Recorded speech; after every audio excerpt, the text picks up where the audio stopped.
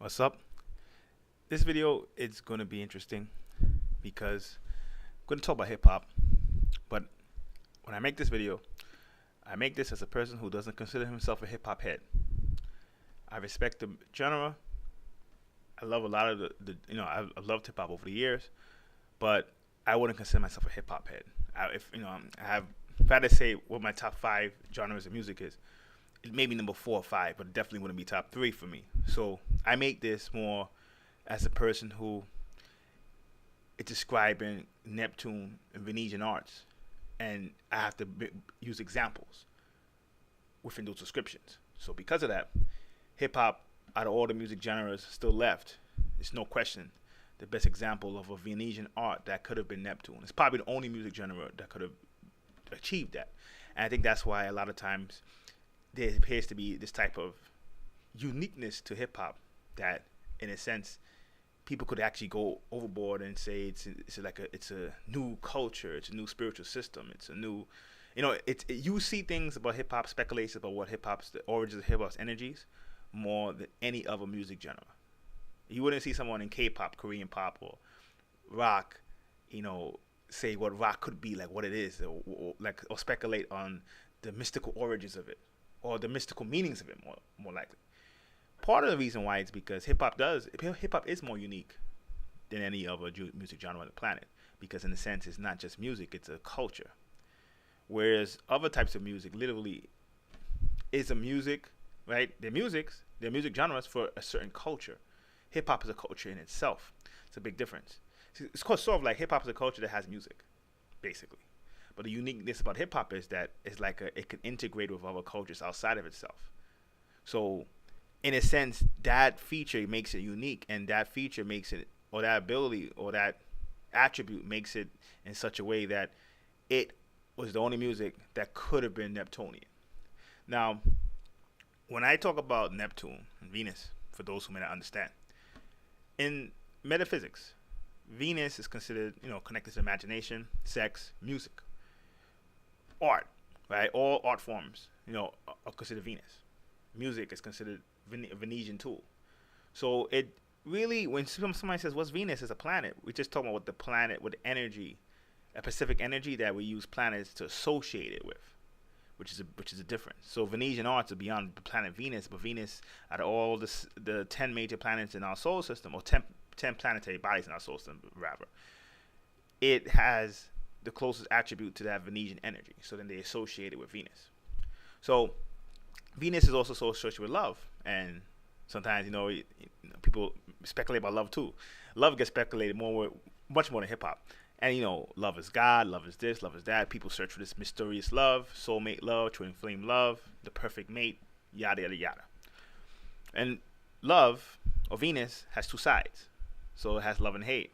So that's why sometimes so much relationships end, because obviously there's a hate side to it. And usually, when it comes to music, that's why music eventually ends too, because those 2 dual sides of the same coin, they fight each other in a sense. They're the same force, but unless you can balance them, they eventually would decay. And that's what happens. That's why most music eventually they fade, or they get less popular because of that quality or that trait. Neptune is considered a higher octave of Venus in the occult world. So that really means Neptune is love, but is when love and hate are integrated within themselves fully. And then it shoots up, and it's a high octave. So what that means is it's a much higher level than Venetian love or Venetian arts. The thing about arts, though, is that most art would still fit Venus. So like I said before with Star Trek, I'm going to say with others, when you decode in movies, sometimes it falls short because it's Venetian. So it's not going to be as stable. So you get some stuff right, you're going to get some stuff wrong. And that's the danger when people try to use Venetian, try to do movies and try to say movies are going to replace real occultism. It can't, because it's built on Venus, where real occultism is based on, if it's real, you see the Kabbalistic tree, all 10 Sephirs, where most art would probably be 1 Sephir, Nisa, which is be connected to Venus, where real occultism will be based on all 10, so it's 9 times stronger. But it's usually a good entry level to that world. So that's why they say Venus, outside the moon and the sun, the brightest body in the sky is Venus. It's a good entry point. It's a good entry point to the world of occultism. So when we get into Neptune, Neptune then would be Venus, but integrated with love, and it will be in such a way that it transcends all boundaries. It actually brings boundaries together. It causes changes in the person, literally, and changes in their mind, in their bloodstream. So it's very powerful. It's a very powerful energy. It's not really something that can be really channeled in the energy that we call sci-fi over music by traditional ways. So when I make this video, it's going to be hard for you to understand if you don't understand a little bit about alchemy. Alchemy is an art. It's older than Egypt, but it's famous for originating in Egypt, or the Egyptians made it famous, I should say. And in a sense, it was created. Now, this is the myth, so sometimes this can be symbolic. It's created by a man named Thoth, and it's interesting because when you look up Thoth, it says he created music, arts, astronomy, astrology, language, like a few other things, mathematics. And in a sense, alchemy is a key word in that, and music, because music, the original music, was made by alchemists. It was made by alchemists to heal. It was made by alchemists to be able to shift people's moods, and it was like a tool that was used to be able to bypass people's egos. So when you understand that music and alchemy would have a connection with each other. Hip hop is unique because it's kind of like a fusion of music and alchemy, or was, and that makes it special in a sense compared to other genres. It doesn't mean the other genres are not. Like I said, it's probably my fourth or fifth favorite genre, but I have to admit, it is unique. And for the most part, it could have been Neptunian. Now, I'm going to describe why it didn't. Now, to describe why it didn't, it's going to be funny because I'm going to talk about it from a unique angle. Hip-hop is worldwide. Totally worldwide. It basically is worldwide, but its origins in America. Now, I'm going to do a little differently, though, because I'm going to talk about it from the aspect of what I consider the 5 hubs of hip-hop. So obviously America would be one that we don't even have to discuss, obviously. But then it would also be Africa, because hip-hop is created by descendants of Africa, meaning people who came from Africa. Now, they could have been transported in different locations, and they may have other cultures like associated with them now, but in terms of ancestrally, come from that. And then the spirit of hip-hop is very strong in Africa at this point. It's growing. Now, so America first. And I'm not going to even say who's first, second. I'm just saying what I consider the 5 hubs. America, Africa. And Africa is so big. I could have said which countries, but when you get into Senegal versus Ghana versus South Africa, it's close. For me, the Senegalese would be probably number 1 in terms of the spirit of it. But to avoid all that conflict, I'm just going to put Africa as 1. Right? It's probably the best. Now, after that, we go into Brazil, who I think probably in some ways, if you talk about, I'm not talking about music sales or feeding people's delusions, but I'm talking about in terms of the spirit of hip hop. I think Brazil has the best chance. If it's going to get Neptunian, it would have to be from them. And people say, why? Well, first off, why would I pick Brazil? Well, it would have to go to South, right? South America. And Colombia, the coastal regions of Colombia do come close. I would say, in some ways, I actually think Colombian MCs may be better lyrically. But in terms of the spirit of it, I have to give Brazil a different little edge.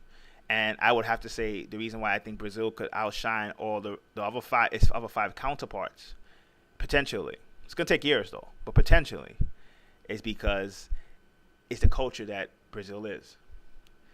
See, in hip-hop's kind of like, it's like because people look at it as just a music, but it's really a culture, it's an energy. It has different counterparts. So, I'll give you a good example. In sports, right? Because sports is very connected to hip-hop culture, whether people want to accept it or not. Basketball is like a cousin of hip-hop. Right? Sometimes, for me, energetically, they represent the same energy at times. That's why you will see most of the times the hip-hop hubs, a place where is a hub of hip-hop, the NBA, or basketball in general, I should say, not the NBA, but basketball in general will be big there. And in a lot of ways, sometimes people's first, I don't even want to say positive, but you could perceive it as positive because the West controls a lot of negative stereotypes about hip hop. But I would say from traveling, and I've been in a few places, the first image a lot of people see of black folks or people of African descent would be through hip hop or basketball, for the most part. Now that's wrong. I mean, we have a lot of intellectuals and people who do other things, but for whatever reason, we could go into that, but I don't have that much time for this video, so I have to keep the music.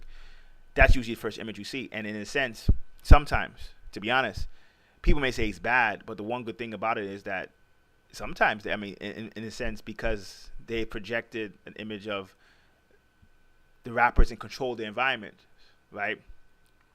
Sometimes it ends up being positive, in a sense, and they become curious. And as you always see those two linked together, and they two link together because they represent the same energy. But football, or as Americans call soccer, is the most popular sport, hands down. I prefer soccer than basketball myself. Now, here's the thing. If you look at it energetically, sometimes those energies, let's say hip-hop and football or soccer, kind of clash a little bit. And not bad, but it sometimes it represents two different, energies. I mean, you could even see it. Let's look at the World Cup in America, and, the World Cup fever blew up in America. But the hood wasn't really feeling it yet because it's just two different energies. But Brazil is interesting because their three most popular sports: number one, football or soccer, that's for Americans; number two, mixed martial arts; and number three, basketball. Now, if you really could kind of put the puzzle together, what I'm really trying to say is, because football is number one there, and then next is mixed martial arts, which is strange, which is good, because that's probably one of my favorite sports too. It's interesting because the culture of Brazil represents something that's really more integrated in terms of the overall mindset of the world.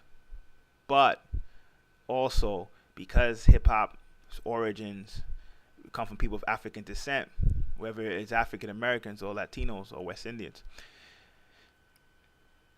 Brazil being the biggest country in the world outside of, has the biggest African population outside of Nigeria, it would be the obvious predecessor. And it was, in a sense, kind of upgraded because it kind of connected to the energy that's the opposite, let's say football or soccer.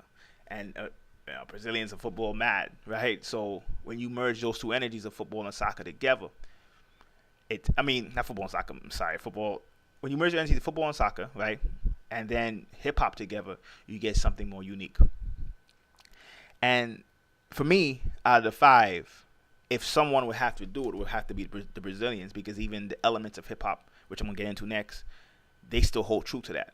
Where in America, if you get into graffiti, b-boying, some people don't even consider that hip-hop anymore. So they've kind of lost the elements. They're the founders, so they can never be. Even if Brazil does do it, you still, the first thing of hip-hop, the first image of hip-hop you will come in, you always think it's American hip-hop, no matter what. They're the founders. But they still kept the elements together, so I have to give it, they have a chance. And then another thing, too, reason why, is because hip-hop was founded from the streets, the underclass, the voice, the people who have no voice. It's like, Chuck D used to say for Public Enemies, like the black man CNN. So when you see hip-hop across the world, it's always with people who are underprivileged, right? No matter the race. In Brazil, but it's connected to the streets. And sometimes the hip-hop purists don't like to hear this, but the streets is part of hip-hop, whether you like it or not. The streets on all levels, all angles, good or bad. You can't hide that. And I have to give the favelas in Brazil, no question, way more gangster than the hoods in America. It's not, just the way it is. It's no question. It's a different reality. Even if you want to talk about it as a revolutionary, right? Which some people would. When the cops come to favela, don't let City of God fool you. Army goes to favelas on a certain. If you have to get a certain drug lord or a certain personality in that favela, means hood in Portuguese, you're gonna send the army. It's a different world, and it's normally a more integrated world, because I'm going to go into a lot of different things. But in America, because it's sort of an environment that you have more opportunity, the the ruling class has more control of every facet of the person's life, it's a lot harder for a criminal or somebody from the underworld to get that type of power. And if they do, they probably of foreign descent and have links to another country. And they probably go back and forth between both countries, or they might live in the other country and control things in territories in America. But it's very hard to be living and homegrown in America and achieve that type of power. So, unfortunately, even though it's music, it's also a culture. So there always going to be people who question your street cred. So if I said hip hop, and this is no disrespect to Japan, because Japan's been holding down for hip hop for a while, and the Yakuza, the Japan criminals or underworld, is not soft by any means. But usually when you deal with Venus and, you know, going into Neptune, perception is part of it. And for the most part, even a person in America who's the most has no passport, has never traveled, doesn't think about other countries. Let's say Chicago, which has the which has the reputation now of being the roughest place. They would go to favela and they wouldn't say favela soft.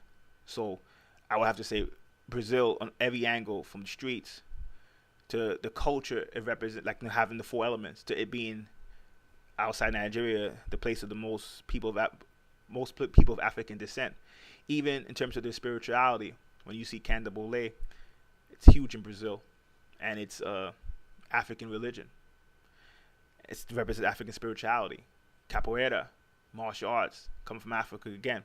Even the fact that the Brazilians can modify their Candomblé and they could put elements of Hermeticism and Kabbalah a lot quicker than their African counterparts, it shows that they have potential, even on the occult level, to do some serious things if the world has enough time.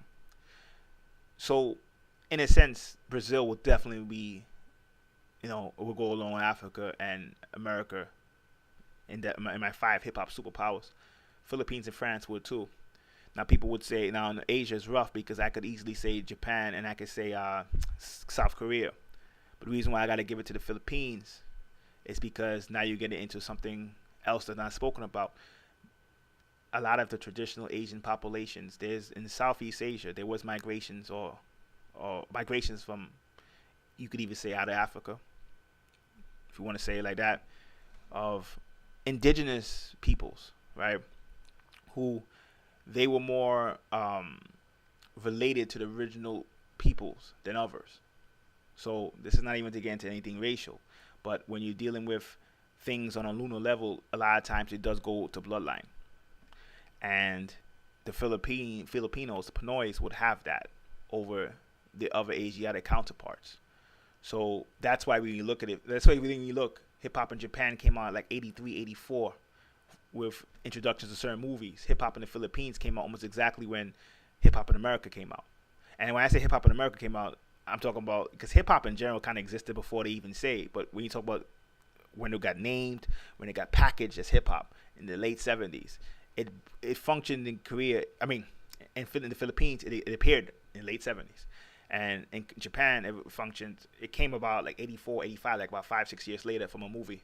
And because of that, and because the Filipinos will be more related to that strand, I would have to give that as the hub. And I also used it because I know, trust me, no disrespect to Japan, Korea, I got a lot of love for them. I've been to both countries. Actually been to the Philippines too, so I got love for all three. But I think in terms of the spirit of hip-hop, the Filipinos will have it a little more. And in a sense, sometimes so much more that some Filipinos even say they created hip-hop. Somebody from Japan would never say that. So there's no question the Philippines, I would have to say, would be in this 5 superpowers of hip-hop, no question. France, I'm not going to go as much into them, but no question, they're the European hip-hop superpower, hands down. I would put them over France and Germany. Britain and Germany. The UK, I would have to say is a distant third. If anybody was to challenge France, it would be the Germans. I might even put the Swedish over the British. I have to give it to France though, because I just think they hold the spirit of what hip hop represents a little bit better than anyone else in Europe. I mean, Germany does come close. Even Sweden sometimes could too, but I have to give it to France. No question, France has always had a connection to African Americans anyway. So I just think off that, I had to give a little bit to them over the Germans, even though I have to say German hip hop is pretty good too. And you could make the argument that Germany should be in the 5. I just wanted to kind of narrow it down to those 5, and then it's kind of like if France is a superpower for Europe, then it trickles down. UK, Germany, Sweden, even Eastern Europe now is getting down. Cool. If I said Philippines, I know Asia is gonna be a little different, but it was supposed to just spread out to the rest of Asia. So it's coming from that entry point and spreading out to all the other territories. Now, when you get into it, realistically, hip hop was centered around 5 elements: DJing, graffiti, the MC, right? And in a sense, the element of knowledge always never really got the respect. And even today, that's always the one that's the one that always everyone forgets. But it's very important because it started with the underclass. And I'm not gonna get into like some underground people want to get into in terms of if someone's commercial, someone not. If you're just being authentic for what you are, it's cool. But it started with the underclass. So whether that's presenting the good elements of the streets or the bad elements of the streets. The thing is though, is because it's a form of alchemy, it was supposed to be able to spread, because alchemy gave birth to all sciences, whether it's economics, politics, mathematics, anything you want to talk about, it gave birth to. So it being kind of a form of musical alchemy was supposed to be able to go into any field, kind of latch on to that field and change the product, but change it in such a way where the product is still, let's say, economics or still mathematics, but give you a different take on it. So it was supposed to be beyond music in a sense, and it was supposed to be beyond boundary. And America is interesting because they don't pay attention to hip hops internationally, and that's the main reason why it stopped at Venus and it couldn't get Neptunian, because you cannot ignore your neighbors, period. And Neptune crashes all boundaries. So sometimes even when you see people in America, sometimes like, let's say blacks in America might sometimes not like when other races get down with hip hop. For me, generally, I don't. First off, Latinos helped make hip hop too, and at that time in the South Bronx, they never really got into screaming what they were. So then eventually what happened is that it kind of went from black and Latino to just black. Then the Latinos had to come back with their own hip hop, kind of like with reggaeton. Even though reggaeton is not technically Latin hip hop is different, but I'm just going to put them in the same banner. Whether it's Latin hip hop or reggaeton, they had to come and do something else. And so that was the beginning of kind of it staying Venetian instead of Neptunian. Because traditionally, for me, Africa is the center of hip hop. So any person of another ethnicity, besides, because both African Americans and Latinos, and Kool Herc, the person who created hip hop, Kool Herc was Jamaican. Whether you're West Indian, Latino, or African American, you probably are coming from, you have African blood anyway. But if you're not one of those 3 cultures, hip hop to me is still fine for you, because if you just have to acknowledge the origins and respect the origins. It's kind of like the Rastas would say, like Rastafarianism. Like Rastafarianism is definitely black power, but you see people of other nationalities with dreads. If you understand that Africa is the origin of the human race, you cool.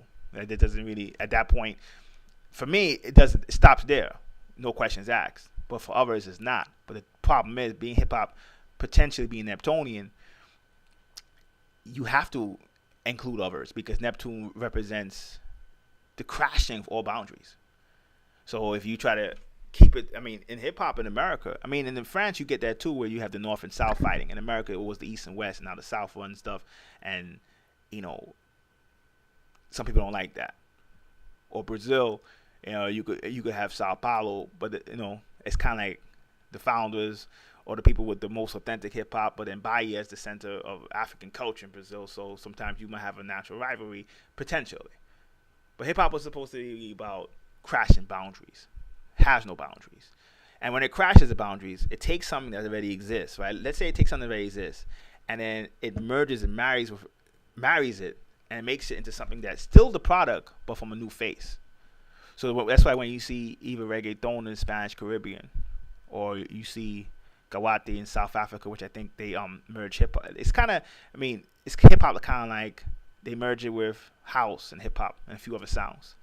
When you see these things, Hip hop is still living. It just merges with the culture that is there and becomes something else, but it's still hip hop. So, in a sense, it's like when I heard a Brazilian rapper say, "Listen, you can't really judge Brazilian rap by American rap, and you couldn't judge Sri Lankan rap by American rap. It's supposed to go to the culture, spread out, and integrate into something different, but it's still hip hop, but with a different face, different mask." So I think Americans not caring about the world, because really when you really look at it, what happened is it's kind of like when East Coast, West Coast, South, Midwest, and then it's supposed to keep spreading. There's a difference. So when you look at American hip hop now, it's obvious that they're probably not supposed to be the number one people as the face anymore in terms of what the art of hip hop was. You know, when you say, you know, you doing graffiti, you b-boying, you know, you MCing, right? When you look at what the art of it was, yeah, no question, they lost that. I mean, you got, I mean, and the b-boys now, I mean, the Asians got everyone on that one. I mean, they win the b-boy contest all the time now when it's done internationally. It's not even close. They've been kicking butt for a long time. In America, sometimes if you ask a regular kid, you say graffiti or b-boying, they don't even consider that hip-hop. So just because the elements themselves are breaking up, right, you're probably not supposed to be carrying the mantle anymore, carrying the torch. Happens. And even though people get mad at it, it kind of goes into knowledge, what I want to talk about next, eventually. Knowledge is something that, in general, is supposed to evolve. And hip-hop in America had a lot of, you know, connections to the 5% Nation, to the Nawabi Nation, Dr. York, NOI Nation, Islam. Organizations or spiritual systems that developed to help African peoples in America get a sense of pride, dignity, and to empower themselves to get knowledge of self. Those systems are excellent systems, and they have a purpose. They have a point. They have a purpose. But like anything else, just like when I made a video about the New Age community, and I said, "Hey, listen, nothing wrong with the New Age community, but you were supposed to evolve into real occultism." Same thing with those systems. They were supposed to evolve, or people who practice those systems were supposed to evolve into real occultism. You know, Egyptian, Nubian Hermeticism, to be honest. In the Hermetic order, time came when foreigners came, they spread out all across the world, and they gave all different peoples different types of knowledge, which was supposed to eventually come back together. Because, in a sense, hip-hop's a form of musical alchemy. It was supposed to do that. And spread out all across the world, and they all kind of like interact with each other, influence each other, and you come back. And then it was supposed to come back as Neptune. So it started off at Venus, but it was a Venetian art that had Neptunian potential, and it was supposed to spread out and come back full circle into something completely different, something completely empowering. Didn't do that because, unfortunately, Americans of all races don't really care about the world, to be honest. So even now, if you look up world hip hop sales, like, you know, worldwide hip hop sales, local acts in every country now is beating American acts in that specific country. So back in the days, let's say a Lil Wayne or Drake, Jay-Z would outsell the biggest French rappers or whoever, Dutch rappers or, you know, Kenyan rappers or Cambodian rappers. But a trend that's happened in the last 5-10 years, that's not happening anymore within those countries. And the interesting thing is, when you look at the people actually still, the American rappers who people in other countries still kind of envision, is still Americans from the time of Jay-Z and Snoop Dogg. I find that interesting that nobody talks about that. You know, Snoop just did a video, you know, for Korean rapper, and Akon is still big around the world, even though his career in America is probably done.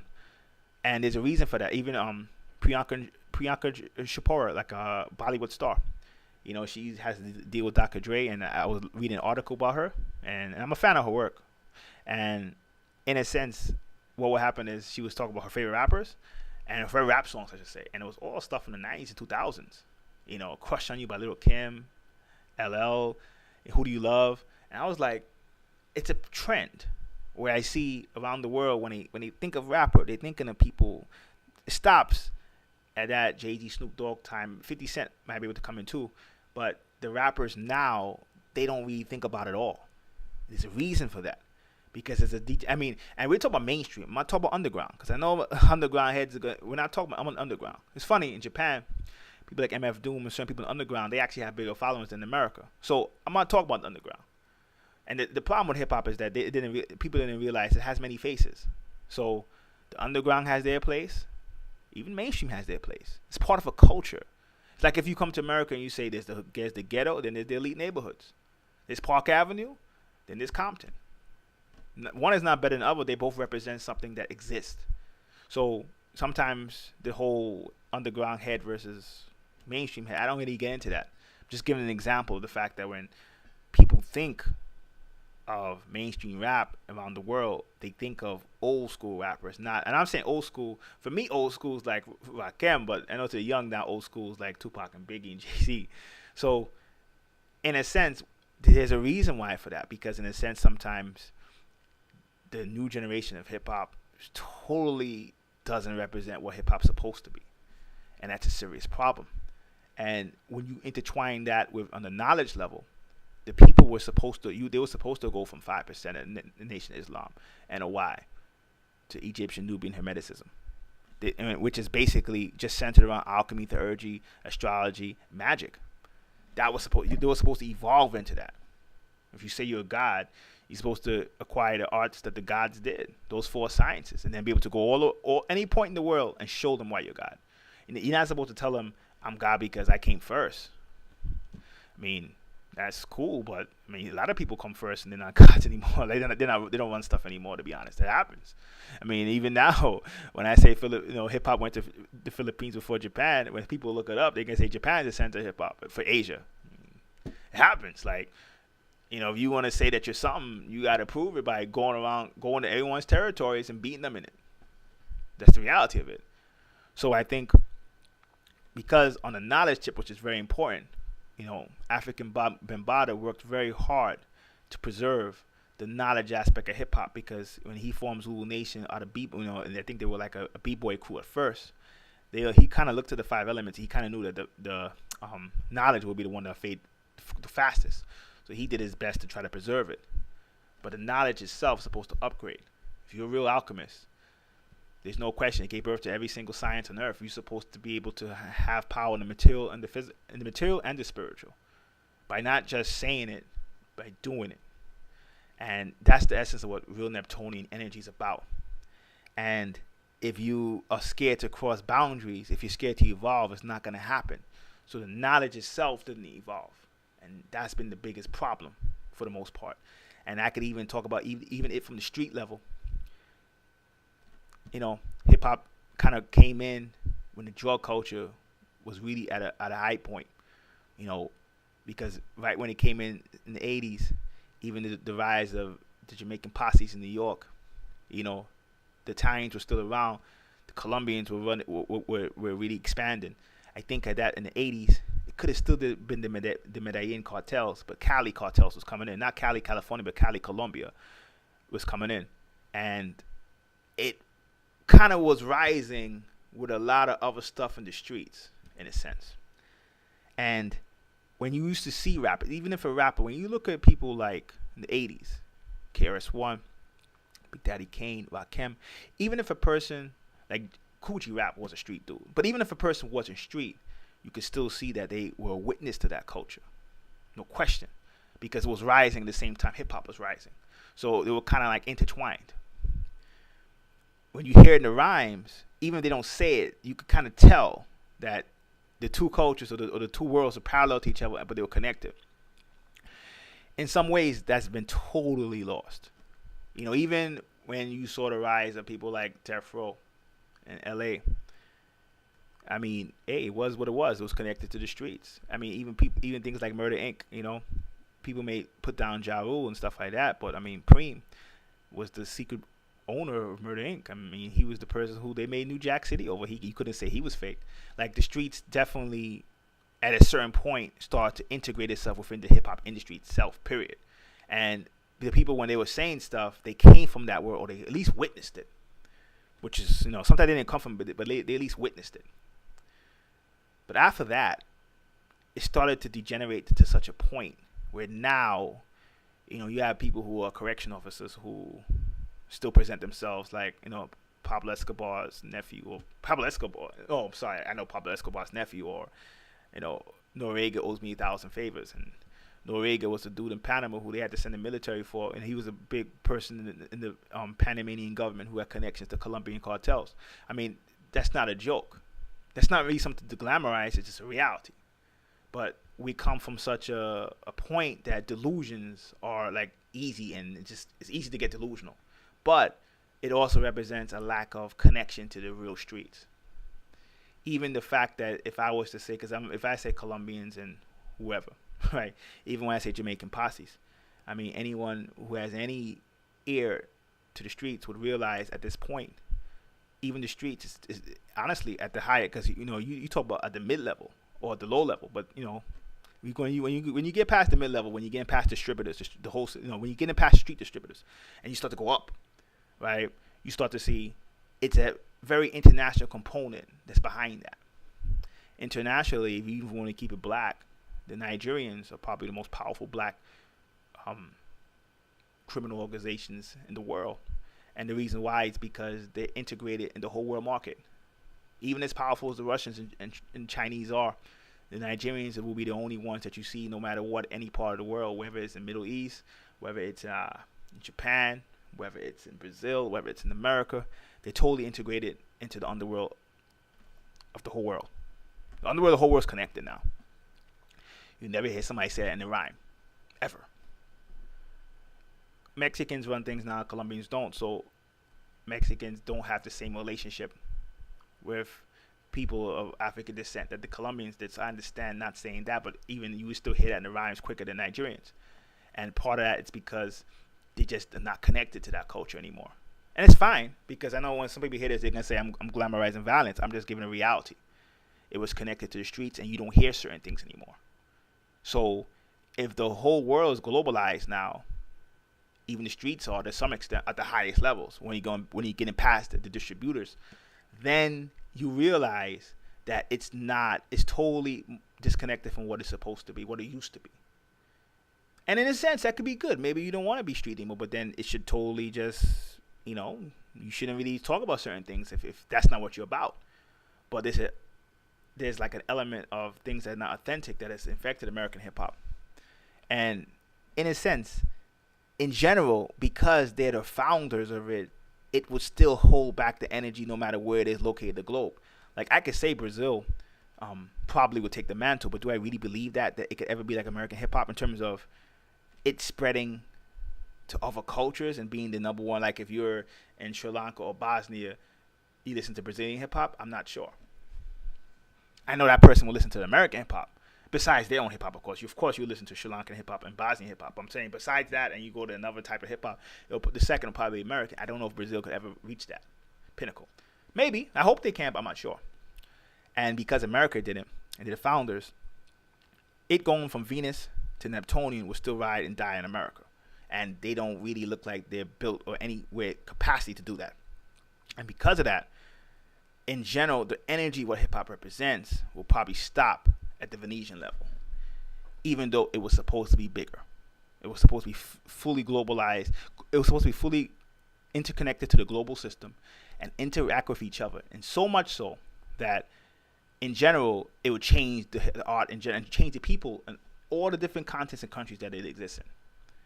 And that's why I think, for me, when WuTang Clan in America, who came out of Staten Island, when their movement kind of crashed, I think they were the only people who were capable of doing that. I think the RZA who created WuTang really is a smart dude, very underrated person. I think in a lot of ways, there's not really another mind in hip hop who could really match his, to be honest.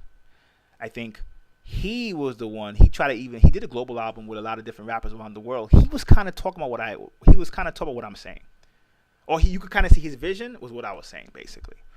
And I don't think anyone else even has close to that, because the thing that the underground rappers or the backpackers who want to rap, what they don't realize is because hip hop is connected to the streets, even if you have knowledge, even if you're an initiate, you're an alchemist, you're a magician, you rolling with people above Freemasons, because sometimes people get into conspiracy, but I mean, come on, there's people above Freemasons. Freemasons lost clout a long time ago, right? Because Neptune gives you power of the 7 other planetary powers, which Mars is one of them, which is kind of the streets. I mean, if you're a righteous rapper, you're still supposed to be able to handle yourself. You're not supposed to be righteous because you're weak and you are scared to do certain things, so then you become righteous. When you really look at Malcolm X, Marcus Garvey, how Elijah Muhammad formed when he did Nation of Islam, those guys, those organizations were connected to the streets, and they cleaned people up, and they showed them a different way to go about it. Even Zulu Nation was still connected to the streets. They would try to organize peace between gangs who rival with each other. In order to do that, you have to kind of be street too. You have to be able to, for those type of people to listen to you, you have to be able to at least come from that world, understand that world, not be a square where you never seen it before, and then you telling them don't do it. So I think sometimes what conscious rappers don't realize is sometimes they come off as more, they never did it, so why should I listen to them, to be honest. And real Neptunian energies, Mars is part of that, honestly. Like, like, even if you don't do it, even if you want to go a different route, you're supposed to understand it. So that's the only way they'll listen to you. And I think sometimes you can't come off righteous. And I think sometimes some conscious rappers more do, because underground doesn't have to be conscious sometimes, to be honest. But some conscious rappers sometimes don't realize that. And because of that, they kind of lose a little bit. And I think WuTang, RZA put like this. RZA, I mean, he's still 5%er, but he integrated his knowledge with stuff from the East. WuTang Clan. You know what I mean? Like, look at the name. Shaolin. Like, they integrated themselves. Like, they did, or he did more, really, what I'm talking about. But the world wasn't really ready for it, so he had to go and do other things.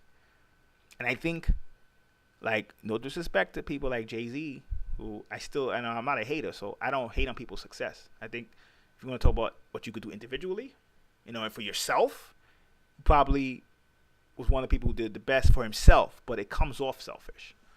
So when you talk about for the art, I would have to say people like, no matter what, when Death Row Rose, Pac, Biggie, Jay-Z, now the Young Money, and all the people who have money in hip-hop, I don't think they come close to Neptune because they're lacking in so many other things, to be honest. But with RZA, who's not broke, obviously, he had the knowledge, he had the vision of integrating it with the world. And I think because when you think of those icons, you probably think Jay-Z, Puff is not really a hip hop. He's not really a rapper, but just what that energy represented, and now it got even worse with what you see now. Because I actually would rather it be like that than what you see now. I think what happens is that, for the most part, WuTang was supposed to be the people who took us there, and when their movement stalled, no question, it guaranteed hip hop stay as, Venus, instead of making the full integration to Neptune. So, still love the art. I had to make the video because I still think it represented a Venetian art that had Neptunian potential. A shame, it had a great run. Started in the 20th century European time, 60th century African time. In Africa, in African spirituality, we tend to be 40. We do things differently, so we started at a different point, earlier point. So this is the 60th century. The 20th century was the 60th. This is the 61st now for us. But it had a great run, and it's going to continue for a long time. It's a culture, so it's not going anywhere. But it stalled, and probably the reason why is because we just didn't have the mind to be able to convert that Venetian energy into real Neptunian love. So, hope this helps. Till next time. Peace.